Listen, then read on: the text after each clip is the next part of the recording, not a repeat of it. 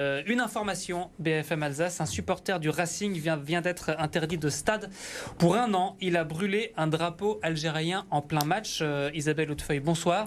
Bonsoir, Les faits Arthur. remontent au 29 septembre, Strasbourg-Marseille.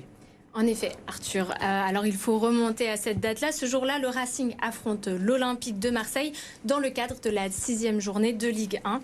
Dans la tribune ouest, un supporter de Strasbourg brandit un drapeau algérien. Avant de le brûler, cet homme, il est au cœur du groupe hooligan, les Strasbourg Offenders. Si vous êtes déjà allé dans le stade de la Méno, vous les avez peut-être déjà vus. Ces supporters sont vêtus de noir quasiment tout le temps. Et surtout, la presse rend régulièrement compte de violences aggravées, d'expressions xénophobes, de saluts nazis ou d'intimidation venant de leur part.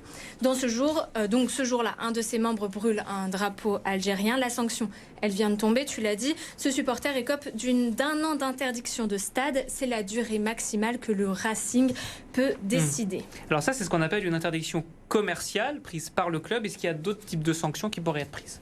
En théorie, oui, Arthur. Il existe 3 types de sanctions pour des faits commis dans un stade. La première, c'est la sanction commerciale qui vient d'être prise par le Racing. Ensuite, il y a celle qui vient de la préfecture. On appelle cela une interdiction administrative de stade. Celle-ci peut durer jusqu'à 2 ans. Dernière possibilité, la procédure judiciaire. Dans ce cas, il faut qu'une plainte ait été déposée. Pour le moment, selon nos informations, ce n'est pas le cas.